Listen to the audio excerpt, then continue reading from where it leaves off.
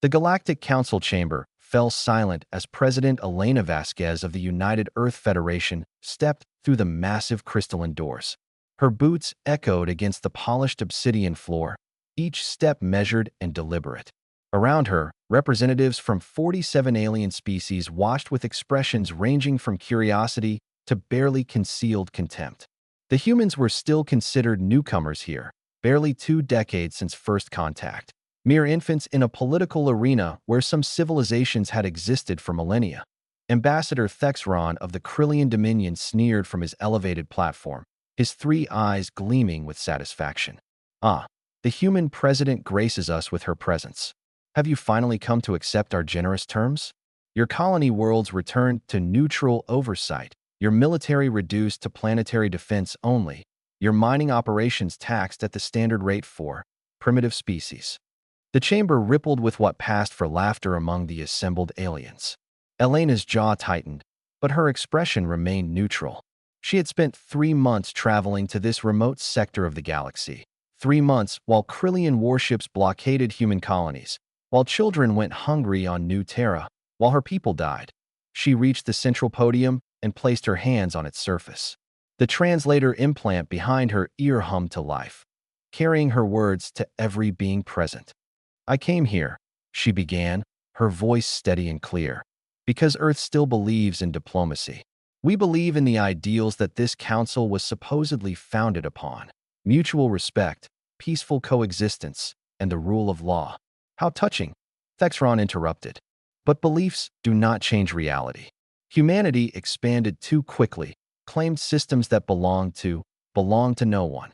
Elena cut him off, her voice sharp as a blade. Those were unclaimed systems. We followed every protocol, filed every claim, waited for every review period to expire. We did everything by your rules.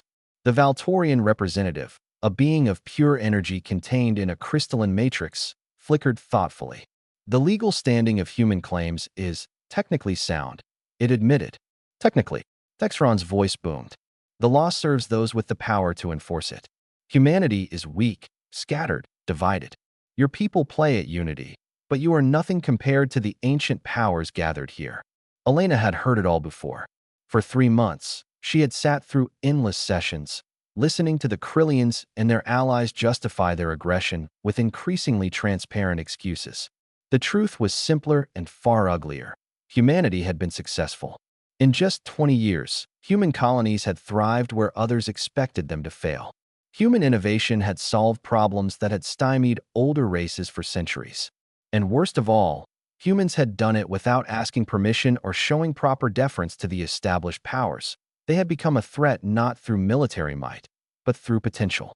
And the Krillian Dominion, whose own empire had been stagnating for 3,000 years, could not tolerate that. I came here, Elena continued, with hope. Hope that the Galactic Council would honor its own laws, that we could find a peaceful resolution. She paused, letting her gaze sweep across the chamber. I brought evidence of Krillian atrocities, hospitals bombed, civilian transports destroyed, prisoners of war tortured in violation of every convention. Allegations, Thexron spat, propaganda from a desperate species. I brought testimony from neutral observers, Elena pressed on. I brought data, recordings, witnesses. I even brought a proposal for arbitration, asking only that the council enforce its own rules and protect human civilians while we negotiated.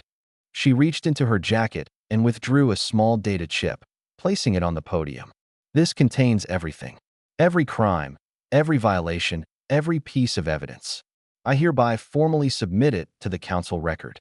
The Valtorian representative reached out with a tendril of energy, absorbing the data. A long moment passed. The evidence appears substantial, it finally said. The council will review it in due time. The council speaker announced, an elderly Mothran whose species had held the speakership for the last 2 centuries. These proceedings follow ancient protocols. We cannot be rushed. People are dying, Elena said quietly. Many species have died throughout galactic history. Thexron replied with a dismissive wave. This is the nature of evolution. The strong persist, the weak fade. Perhaps humanity's time is simply shorter than you hoped. Elena felt something cold settle in her chest. She had known, intellectually, that this was how it might end. Her advisors had warned her. Her generals had prepared contingencies. But some part of her, the part that still believed in justice, in reason, in the fundamental decency of civilization, had hoped they were wrong. "I see," she said softly. "Be reasonable, President Vasquez," the speaker said, and there was something almost genuine in its tone. "Your people are young. You do not understand how things work here. Accept the Krillian terms, even if they are harsh. Rebuild. In another 1,000 years, perhaps. We don't have 1,000 years," Elena interrupted. "The blockade of New Terra will result in mass starvation within 3 months. The bombardment of Research Station Kepler 7 killed 3,000 scientists last week. The Krillians are hunting human vessels through neutral space in clear violation of law. And you speak of protocols and ancient customs. You speak as if you have a choice," Thexron said, and now his voice carried open contempt. "You came here hoping we would save you. But look around, human. Who here will stand with you? The Volscians, who profit from neutrality. The Zenti Collective, who fear any precedent that might limit their own expansion. The Draconians, who see you as potential rivals." He leaned forward. "You are alone. Accept this reality." Elena was quiet for a long moment. When she spoke again, her voice was different, colder, harder, carrying an edge that made several of the assembled representatives shift uncomfortably. "You're right," she said. "I came here hoping for justice, for mercy, for the rule of law. I came here believing that civilization meant something more than the strong devouring the weak." She looked directly at Thexron. "I was wrong. Finally, you see reason. I see clearly for the first time," Elena continued. "I see that this council is not a government, but a farce. That your laws exist only to protect the powerful and bind the weak. That you speak of civilization while tolerating barbarism, of peace while enabling war, of justice while practicing tyranny. You forget yourself," the speaker barked. "You address the Galactic Council." "I address a collection of cowards and hypocrites," Elena replied, and the chamber erupted in chaos. Translators shrieked, representatives shouted in a dozen languages, but Elena's voice cut through it all, amplified by the podium's systems. "I came here to give you a chance. One final opportunity to do the right thing, to honor your own proclaimed values. But you have made your position clear." She pulled out a small device from her pocket, a communicator linked directly to Earth Command. "You want to know why humanity spread so quickly through the galaxy? Why we thrived where you expected us to fail? It's because we learned something a long time ago, something your ancient civilizations seem to have forgotten." She activated the communicator. "It's because we remember that civilization is not a birthright. It must be fought for, defended, earned with blood and sacrifice." On the view screen behind her, images began to appear. Fleet Admiral Chun aboard the ESS Indomitable. General Okonkwo at Titan Base. Commander Singh on the newly commissioned Dreadnought Freedom's Price. And behind them, hundreds of ships, thousands of soldiers, the entire military might of humanity mobilized and ready. "For 3 months, I have negotiated in good faith while you stalled and delayed. For 3 months, my people have bled while you debated procedures." Elena's eyes blazed. "I kept the peace because I believed in something better. But you have shown me that there is no justice here. No law that applies equally to all. Only power and the will to use it." Thexron was on his feet now, his 3 eyes wide. "You wouldn't dare? Your fleet is no match for the Dominion. We will crush you." "Perhaps," Elena acknowledged. "But we'll take you with us. And the Zenti. And anyone else who stands with you." She smiled, and it was not a pleasant expression. "You wanted to see humanity as it truly is? Let me show you." She pressed a button on the communicator. "Admiral Chun, this is President Vasquez. Authorization code Omega Red 77 Echo. I am invoking my authority as Commander-in-Chief under the Emergency War Powers Act." "Confirmed, Madam President." Chen's voice echoed through the chamber. Awaiting orders. Elena took a deep breath. This was the moment, the point of no return. Behind her lay 3 months of feudal diplomacy, decades of humanity trying to find its place in the galactic community, centuries of human history spent learning the cost of appeasement and the price of peace through surrender. Before her lay war. Brutal, total, devastating war against an empire that had existed for 3,000 years. The cost would be catastrophic. Millions would die. maybe billions.